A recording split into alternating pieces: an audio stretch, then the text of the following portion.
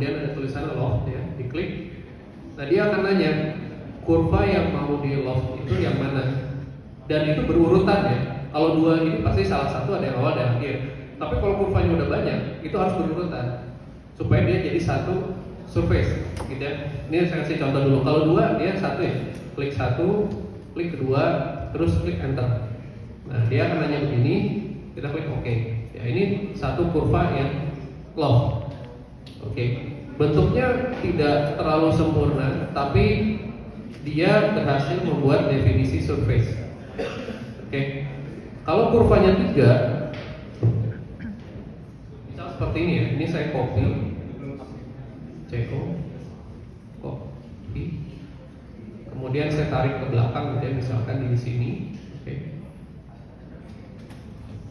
Terus saya klik kurvanya. Ini saya klik. Kemudian teman-teman misalkan bisa klik tahan, diklik di sini tahan ya, diambil 3 poin di atas terus tarik ini. Oke, kalau kita misalkan mau loft ini, itu harus berurutan. Jadi LOFT ya. Pilih yang depan sama yang belakangnya, mau yang mana dulu? Misalkan yang ini depan, kedua, 3, baru klik enter. Nah dia akan loft gitu ya, bentuk itu. Jadi tergantung teman-teman untuk mendefinisikan surface-nya. Ini beda sama cara yang tadi rotasi tadi beda. Ya ini ada caranya loh. Kenapa kita belajar ini? Karena semua bentuk yang surface yang akan kita hadapi itu kita harus tahu dulu cara bentuknya gimana. Tapi di Rhino dan Grasshopper minimal 2 lah.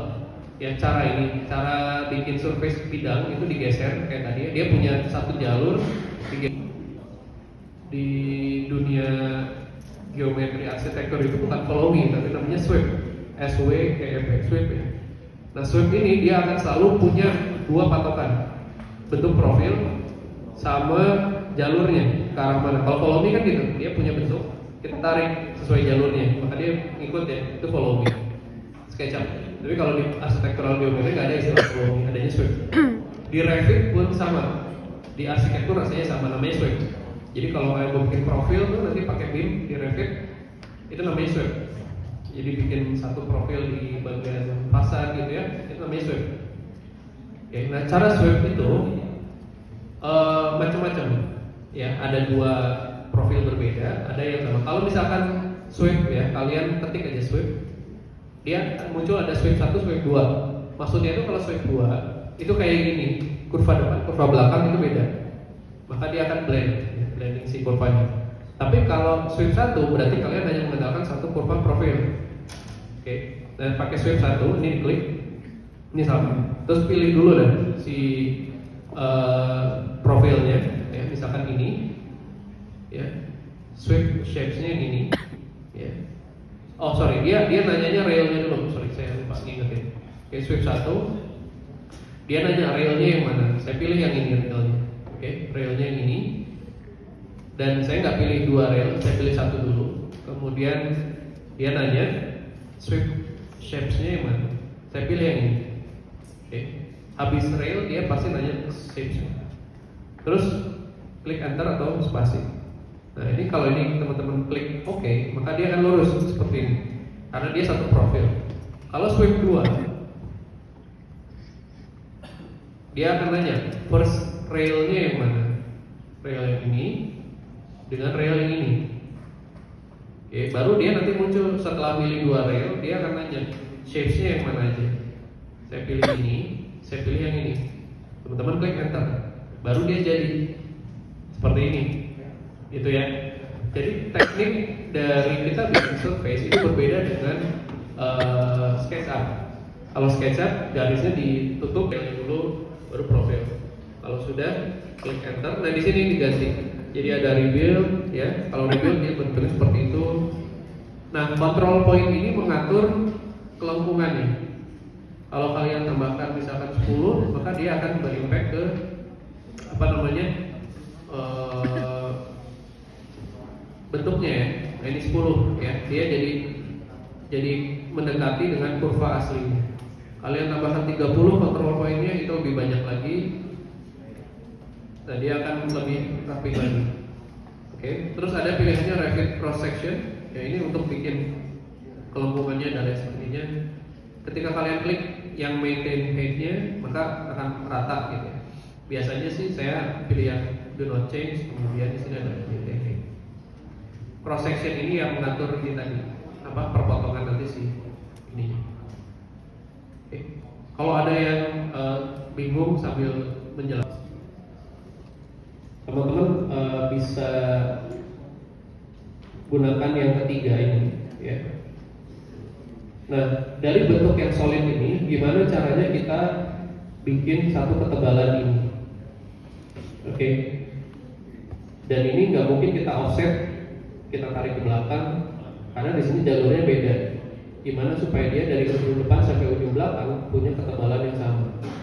Oke. Ya ini yang agak mustahil kalau kita lakukan di SketchUp. Jadi perlu langkah lah di SketchUp, perlu plugin, perlu langkah. Nah di sini teman-teman bisa pilih bentuk shell ya. Jadi untuk bentuk yang ini teman-teman ketik shell, nanti dia ada di sini muncul ya, diklik, oke.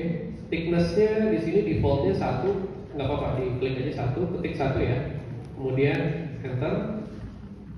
Nah dia akan nanya face to remove. Jadi surface yang mau di remove yang mana, teman-teman klik yang ini. Kalau nggak salah ini atau yang bawah. Jadi kita coba. Terus teman-teman klik enter. Nah, ini jadi udah bolong nih. Oke. Kalau mau dihilangin bagian bawah, tadi surface-nya yang dipilih, face-nya itu adalah yang depan sama yang bawah.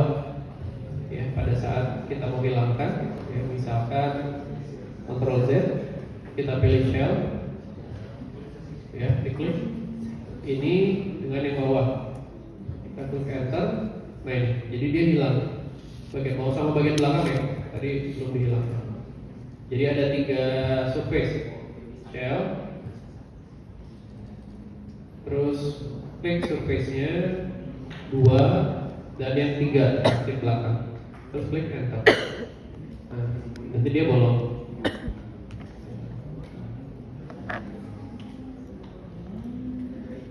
Oke. Nah terus kemudian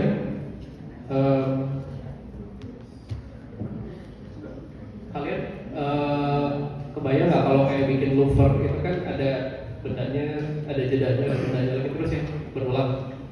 Nah kalau kita pakai teknik contour itu kita bisa hilangkan beberapa bagian dari situ, atau kita bisa bikin slice dari itu ya, dari shell ini ya. Caranya teman-teman coba dicek di bagian display supaya nggak bingung ya. Ini kan banyak garis. Di bagian display ini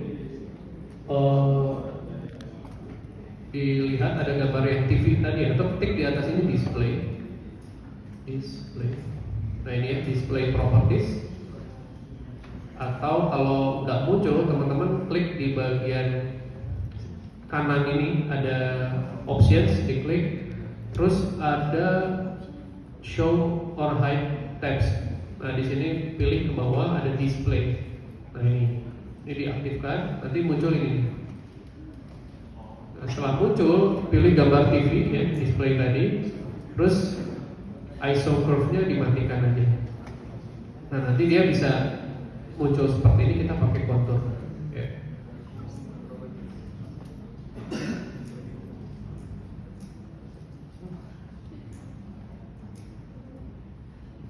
Objek yang kita modifikasi, dia tidak akan menghilangkan objek sebelumnya. Kalau di Rhino seperti itu. Jadi kita modifikasi ini, kalau teman-teman nanti udah bikin kontur, ini bisa kita delete dan kemudian ini bisa jadi ribs ya, atau rusuk-rusuk seperti ini. Oke. Nah rusuk-rusuk ini teman-teman bisa pilih nanti, kemudian kita bisa bikin tertutup atau surface. Nah, sebelumnya ini dulu ya, shell. Kemudian teman-teman ketik kontur di komennya, diklik ya. Kontur, kemudian di sini ada select objects for contours. Nah, diklik yang shell tadi seperti ini. Terus klik enter ya. Base pointnya teman-teman klik di ujung sini. Nah di sini ya, diklik aja, klik, terus tarik ke belakang. Ya, jadi arah konturnya ke belakang. Supaya nggak geser-geser gini, jangan lupa si ortogonalnya diaktifkan. Nah jadi dia ke belakang rata seperti itu. Tarik aja ke belakang, terus kalian bisa klik di sini atau di sini gitu ya, terserah. Yang penting dia lurus ke belakang. Diklik, gitu ya. Terus distance-nya, ini jaraknya mau berapa? Kalian atur di sini 0,5 defaultnya. Misalkan teman-teman atur menjadi 0,75 ya. Titik 75 terus enter. Nah nanti dia akan potong. Nah, itu bisa dibuang nanti ribsnya. Atau kalau terlalu rapat, misalkan kontur ya, kontur, klik, terus teman-teman klik di sini, saya tarik ke belakang. Misalkan jaraknya nggak 0,75, saya 1,5 lah ya, 2 kalinya. Atau 2 deh, biar kelihatannya 2 meter, 2 gitu ya.